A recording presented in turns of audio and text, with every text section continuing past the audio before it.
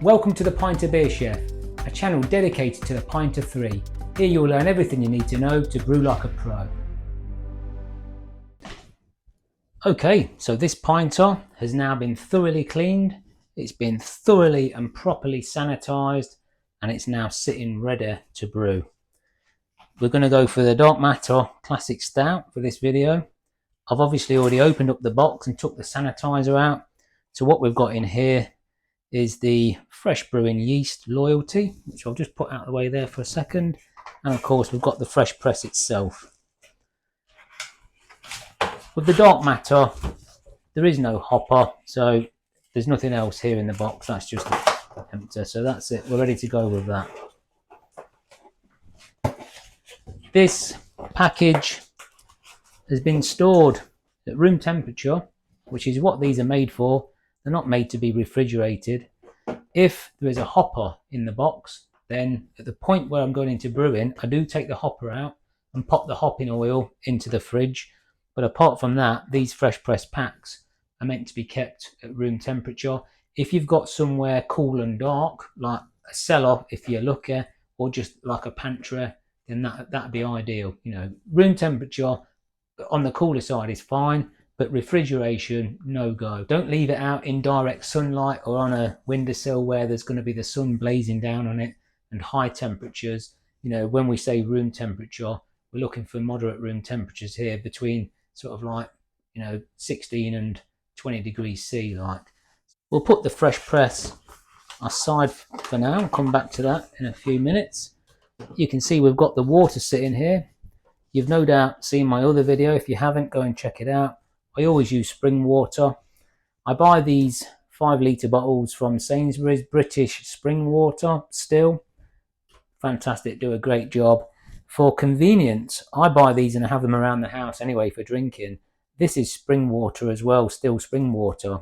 And for convenience, rather than cracking open multiple big bottles, what I know is the fill line on that and what I need to put in there for this fresh press mix is exactly 5.5 litres. So rather than crack open another big bottle and take half a litre from it, for me, it's just more convenient to put this in this, and then I don't need to worry about, you know, the fill line. I know that's the exact perfect amount, and it doesn't leave me with part empty bottles. So that's fine. But if you have just a couple of these in store and you have to crack open another big one to top it up to the fill line, of course, it's no big deal. You know, I'm just telling you here that for convenience, I know that them two straight in, job done.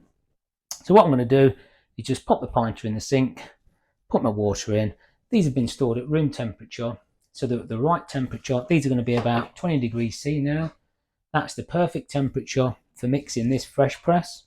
It'll dissolve it nicely, thoroughly mix it with the water, and it's the perfect temperature for pitching your yeast. If you use tap water, or if you keep these chilled, the temperature is going to be too low to sufficiently mix your fresh press, and there's a risk that you'll get some of the fresh press itself, that the thick syrupy fresh press will run off into your docking station and it will impair the quality of your beer quite significantly. And likewise, if you pitch your yeast and add your yeast to cold water or water that's too hot, then the yeast is quite sensitive, and the yeast can get stressed, and that is going to suppress your fermentation as well. So having room temperature water is both beneficial for pitching your yeast and mixing the fresh press pack. So it's a real important thing to remember, that is. So I'm going to put the vessel in here, get it filled up with my water. No rinse sanitizer. This has not been rinsed. It's just been sitting since I sanitized it 5 minutes ago. It's ready to go. It's fully protected now with sanitizer to minimize any risk of infection on my brew.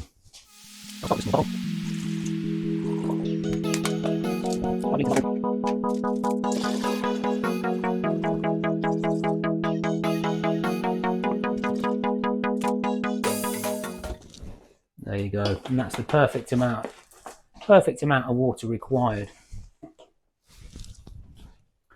The fresh press has been sitting at room temperature, so that's going to be ready to go straight in, and it's going to be mixing fine. Now, one thing I'm going to point out here, the Pinter system is the only brewing system I know that actually in the instructions add the actual fresh press pack itself and the yeast at the same time before doing all the vigorous mixing.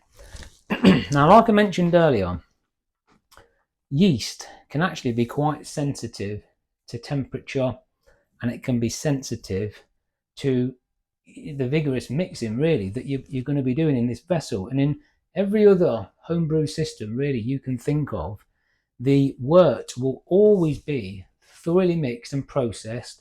Admittedly, with all grain and with the beer extract kits, the temperature is going to be much higher if you boiled the wort and all that. So you couldn't mix your yeast at that point anyway, because the yeast wouldn't survive. But my point is, though, that when you mix that wort in every other brewing system, the yeast is always the last thing to go in when the wort is fully mixed at room temperature or 20 degrees C or similar and ready to go.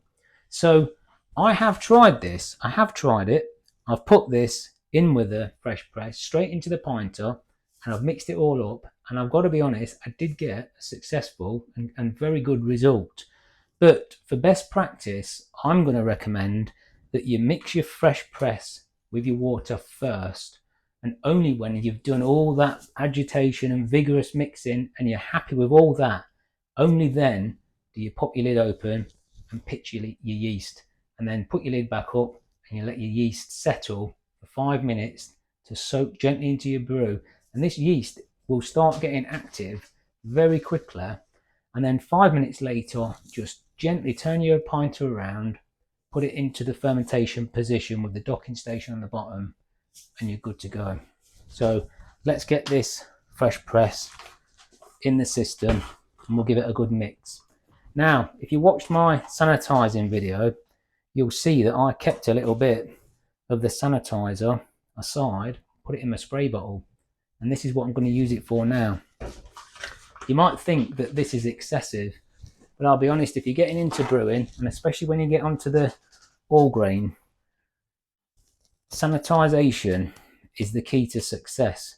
Now, where I'm going to cut this pack, eventually, when it comes to cutting this pack, and when it comes to cutting this pack, I'm going to sanitize the place where I'm going to cut it, and I'm going to sanitize the scissors that I cut it with, because that way, even when I cut that pack, the risk of actually infecting this wort is not going to be evident if I make that sanitize before I make the cut. Now, I'll be honest, 99 times out of 100, you'd probably get away with just cutting that with a pair of scissors that you've got sitting on the side, and you'd have no problem whatsoever. But 1 time out of 100, you'll cut that with a pair of scissors that might not be cleaned thoroughly, and you'll infect your brew and you'll waste your brew. If you're happy with them ratios, it's not a problem, but I expect success 100 times out of 100. So I'm going to stick to best practice, and I'm going to sanitize these scissors with no rinse sanitizer. I'm going to give them a little soak, and I'm going to spray this bag where I intend to cut it.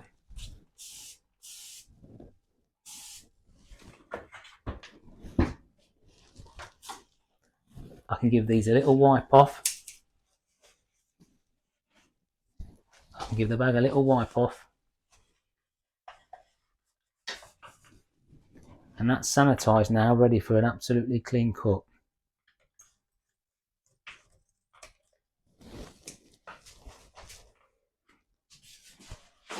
I'm going to line that up. Just let it gently pour out.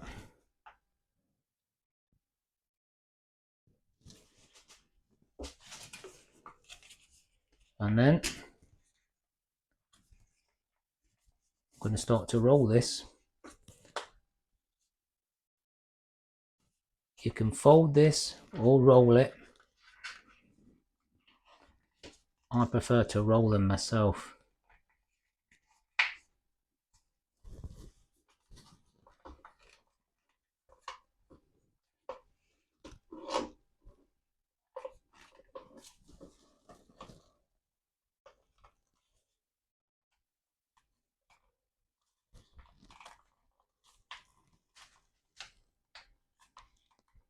and I'm going to squeeze every last bit that I can get out of that. We're not looking to waste any here if we can. Okay, I'll pop that in the bin. The fresh press now is in.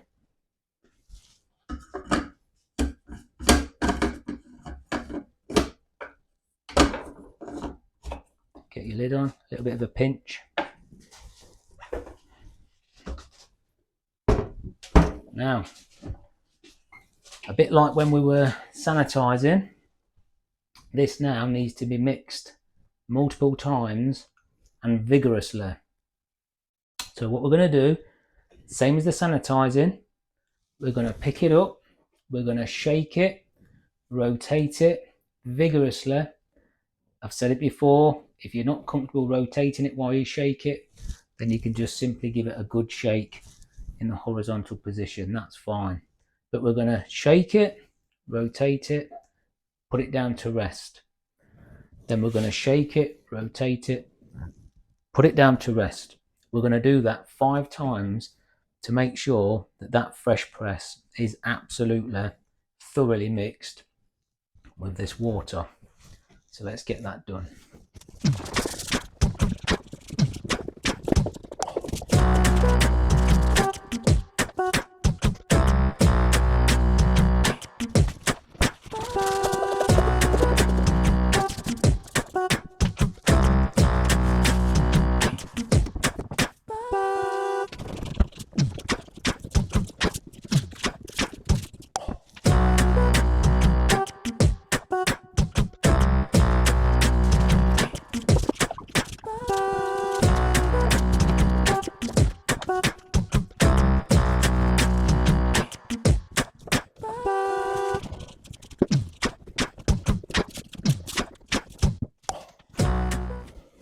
Okay, now the first thing I'm going to do is turn this around, turn the carbonation valve to off, to just let that initial pressure that I've created from agitation only out of the system,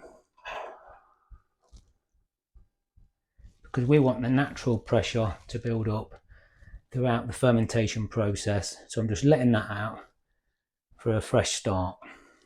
Put that back into the number 5 position. Now that is thoroughly mixed, and we can be sure that that is not going to suffer with any problems, and the fermentation process is going to go as planned. So now it's time to pop it up, get the yeast ready. Before we move the lid, where we intend to make the cut in the yeast packet, we're going to give it a quick spray.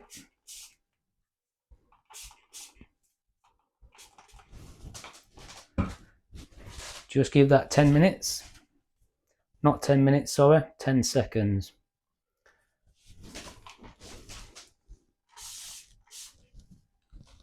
Sanitize the scissors again. Give it 10 seconds.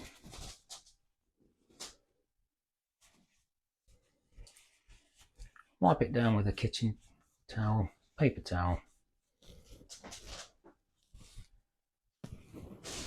Just dry that off. That now should be totally sanitized, ready for the cut.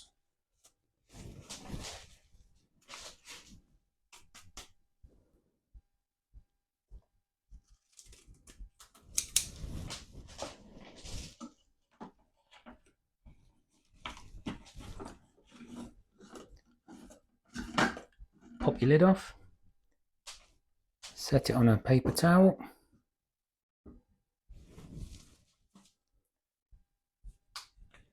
now we'll pitch the yeast. Now as soon as this yeast goes in here, believe it or not, very quickly it's going to start to react to that wort, and it's going to want to get down to business.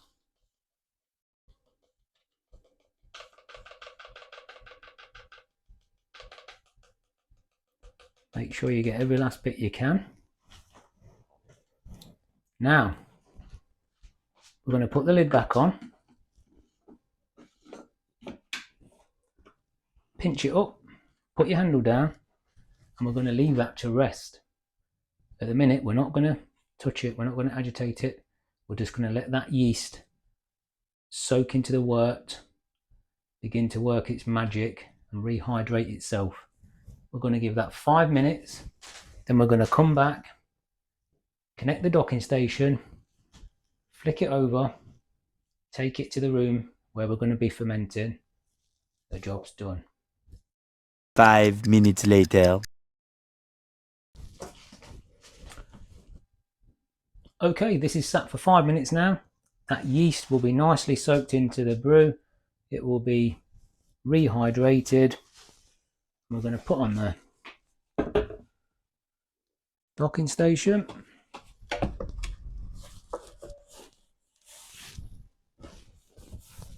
Now we're just going to gently turn the pinter over.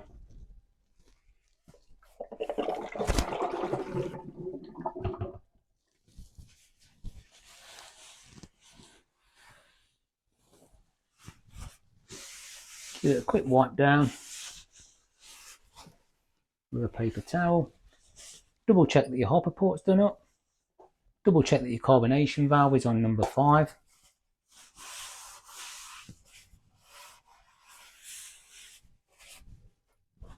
And that's it. That pint of 3 is now into fermentation and ready to go. I hope you enjoyed your video today. If you'd like to join our Pinter community, like and subscribe and leave any comments below. Cheers.